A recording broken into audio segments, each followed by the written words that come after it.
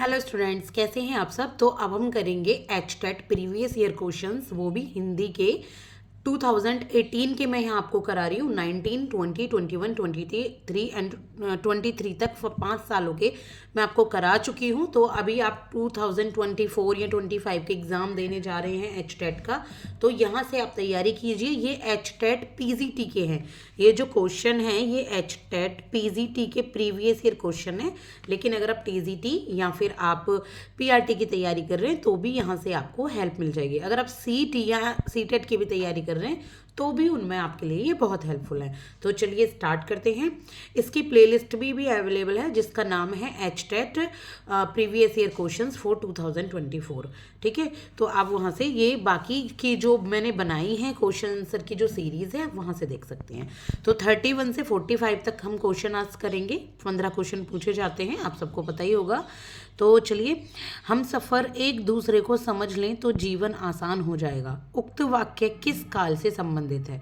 यह काल पूछा गया है। काल में यहाँ वो नहीं पूछा गया कि ये आपका वर्तमान काल है, भविष्य काल है या भूतकाल है, बल्कि आप यहाँ पर आपको थोड़ा दिमाग लगाना है, माइंड का यूज़ करना है और फिर आपको इसका आंसर बताना है। तो ये जो इसका आंसर होता है ये है हेतु हेतु मद भविष्य, यानी कि ऐसा होता, ऐसा हो जाएगा। तो ये भविष्य की बात हो रही है। पहली बात तो देखो, यहाँ पे वर्तमान की तो बात नहीं होती हो रही, हम इस वो भी संदिग्ध नहीं है। ये हेतु हेतु भविष्य। हम सफ़र अगर एक दूसरे को समझ लें तो जीवन आसान हो जाएगा, यानी कि किसी के कल्याण के लिए ही बात हो रही है, भविष्य की बात हो रही है। तो आंसर हो जाता है नंबर ए। इसके बाद है किस विकल्प में अलुक तत्पुरुष समास का प्रयोग हुआ है। तत्पुरुष समास से रिलेटेड ये एक क्वेश्चन है आपका, और मैंने इसकी एक सीरीज़, हिंदी की सीरीज़ बनाई हुई है जिसमें मैंने आपको हिंदी को हैंड रिटन नोट्स की फॉर्म में पढ़ाया हुआ है पूरा। अब वहाँ से समास को समझ सकते हैं। अभी हमें अलुक तत्पुरुष समास बताना है कौन सा है। तो जो अलुक तत्पुरुष समास का प्रयोग है वो हुआ है मनसिज में। ठीक है, किस में हुआ है, मनसिज में। इसके बाद है संधि की दृष्टि से असंगत विकल्प चुनिए। असंगत विकल्प कौन सा है संधि की दृष्टि से। तो एक है इसमें तोयधार, एक है विश्वामित्र, एक है मूसलधार, एक है सत्यानाश।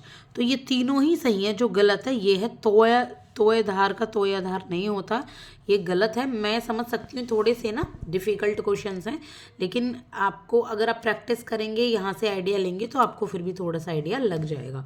तोयाधार इसका आंसर नहीं होता, आई थिंक तोधार होता है। तो ये आप देख लीजिएगा क्या होता है, बाकी बस प्रैक्टिस कीजिए। 34 पर निम्न में से किस विकल्प में स्त्रीलिंग वाचक शब्द है। स्त्रीलिंग वाचक शब्द किस में है, आंसू बता सकते हैं, ससुराल, टेसू या रतालू। इसमें से स्त्रीलिंग वाचक शब्द क्या है।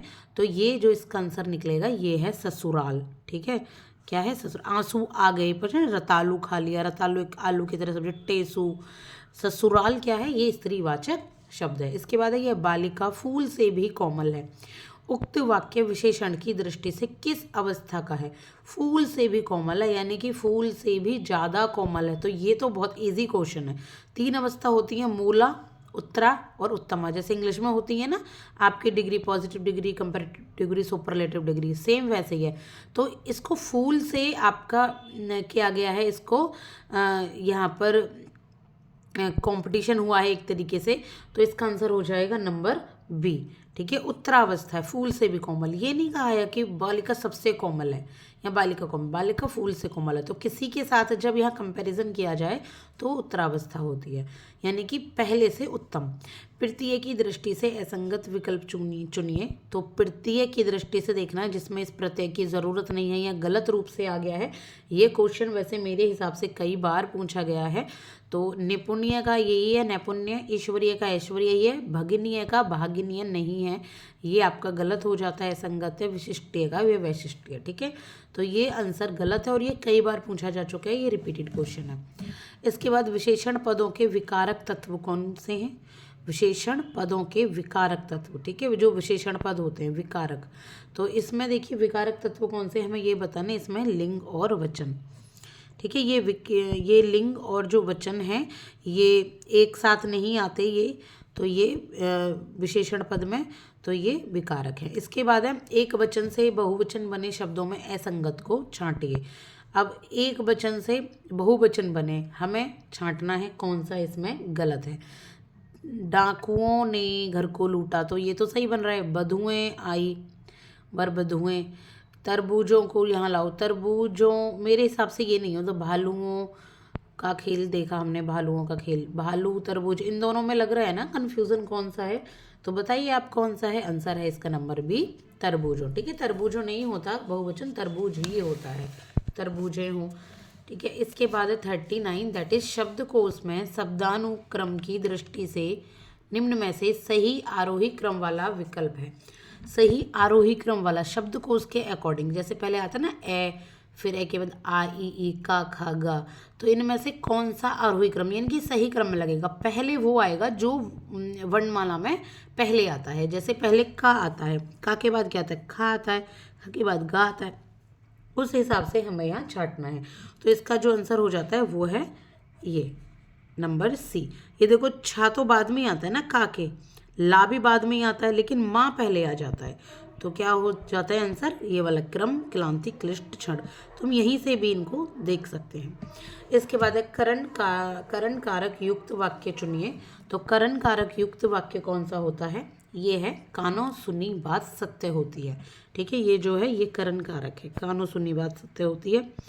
इसके बाद है, अगर आपको ये कारक पढ़ने हैं ना, तो मैंने सारे ही कारक पढ़ाए हुए हैं, प्लेलिस्ट अवेलेबल है हिंदी के नाम से, हिंदी फॉर कॉम्पिटिटिव एग्जाम्स, अब वहाँ से इनको पढ़ सकते हैं। इसके बाद कमरे में कोई हंस रहा है, इसमें कौन सा सर्वनाम है, कमरे में कोई हंस रहा है या कोई की बात कर रहे हैं। तो अब देखिए, प्रश्नवाचक तो है नहीं क्योंकि कोई क्वेश्चन पूछ नहीं रहा, पुरुषवाचक भी नहीं हो सकते क्योंकि हमें नहीं पता लगता कि ये लेडी है या ये पुरुष है जो हंस रहे हैं, ना ही ये निश्चयवाचक क्योंकि हमें पता ही नहीं है कौन हंस रहा है, तो ये कौन सा हो जाएगा, अनिश्चयवाचक। इसके बाद है वर्ण विचार की दृष्टि से असंगत विकल्प चुनिए। वर्ण विचार की दृष्टि से असंगत विकल्प हमें बताना है, बहुत बड़े बड़े ऑप्शंस हैं, तो हम इसमें से सही ऑप्शन ही चूज कर लेते हैं। फिर आप एक बार पॉज करके भी देख सकते हो। तो ये भी रिपीटेड है, पहले ये आ चुका है, मैंने पढ़ा दिया है आपको। जिन स्वरों के उच्चारण में हवा नाक से नहीं अपितु केवल मुख से निकलती है उसे सानुनासिक स्वर कहा जाता है, और जिन स्वरों के उच्चारण से वायु मुख के साथ साथ नासिका से भी निकलती है उसको निर्न, ये उल्टा कर दिया है, इसका ये आंसर होता और इसका ये आंसर होता, तो ये गलत कर दिया है, तो आंसर हो जाएगा नंबर सी, क्योंकि हमसे असंगत ही पूछा है। इसके बाद है समास की दृष्टि से कौन सा विकल्प असंगत है। समास की दृष्टि से बताना है कि इसमें वो समास नहीं है जो गलत है। तो पंथ द्वारा प्रणीत, पंथ प्रणीत ही होता है। पवन से चलने वाली चक्की, पवन चक्की होती है, क्या ऐसा सही है, पवन से चलने वाली चक्की, पंचक्की नहीं होती, वो पवन चक्की होती है, तो ये गलत है आपका। तो आंसर हमें मिल गया है नंबर बी, हमें असंगति चाहिए था। वह जो चक्षु से श्रवण करे यानी कि जो आंखों से सुन ले वो चक्षु श्रवा। समाचार के लिए पत्र होता है समाचार पत्र, तो ये हो जाता है आपके आंसर 43 तक। अब हम लास्ट 2 क्वेश्चन और करेंगे। हाँ जी, तो लास्ट की 2 क्वेश्चन है नंबर 44, किस शब्द में वर्णागम व्यंजन संधि का प्रयोग नहीं हुआ है। तो वर्णागम व्यंजन शब्द का जो प्रयोग नहीं हुआ है वो है मृच कटिक में। अब ये देखिए वर्णागम व्यंजन संधि क्या है, एक बार ना अगर आपको क्यूरियोसिटी है तो आप यूट्यूब पर डाल कर देखिए, वहाँ समझा दी जाएगी आपको, किसी न किसी अच्छे एजुकेटर के द्वारा, समझ लीजिए एक बार। कुछ पता नहीं लगता कब एचटेट इस साल भी इस चीज़ को पूछ ले। वार्तनिक दृष्टि से अशुद्ध शब्द हमको छांटने हैं, तो वार्तनिक दृष्टि से जो अशुद्ध शब्द है वो है संपकृत, ऐसा कुछ नहीं होता, बाकी ये सब सही है। संपकृत ये गलत है, ये इसकी मात्राएं वगैरह में प्रॉब्लम है। तो ये हो जाते हैं आपके हिंदी के previous year questions for HTET, PGT, TGT and PRT. Specially ये पीजीटी के ही हैं, आप कोई भी प्रीवियस ईयर क्वेश्चन डाउनलोड करके भी देख सकते हैं। तो डायरेक्टली बुक से पढ़ा रही हूँ, बिना किसी ताम झाम के, बिना किसी पीडीएफ नोट्स के या बहुत अच्छे अच्छे वीडियोज़ के, क्योंकि देखो पढ़ना तो ऐसे ही है, करना भी ऐसे ही है। आप ऐसे ही एग्ज़ाम देने जाओगे तो अच्छा है ना, आप उसी प्रैक्टिकल तरीके से पढ़ो, हैबिचुअल हो जाओ, कैसे आएंगे उसमें फिर आपको अलग से मेहनत नहीं करनी। तो मैं भी बहुत कम मेहनत के साथ आपको पढ़ा रही हूँ, बस मैं सिर्फ डिस्कस कर रही हूँ आप लोगों के साथ, क्योंकि जब एक टीचर के स्टूडेंट्स आपस में डिस्कस करते हैं तो चीज़ें जल्दी से दिमाग में रुकती हैं, रिसाइटेशन होती हैं।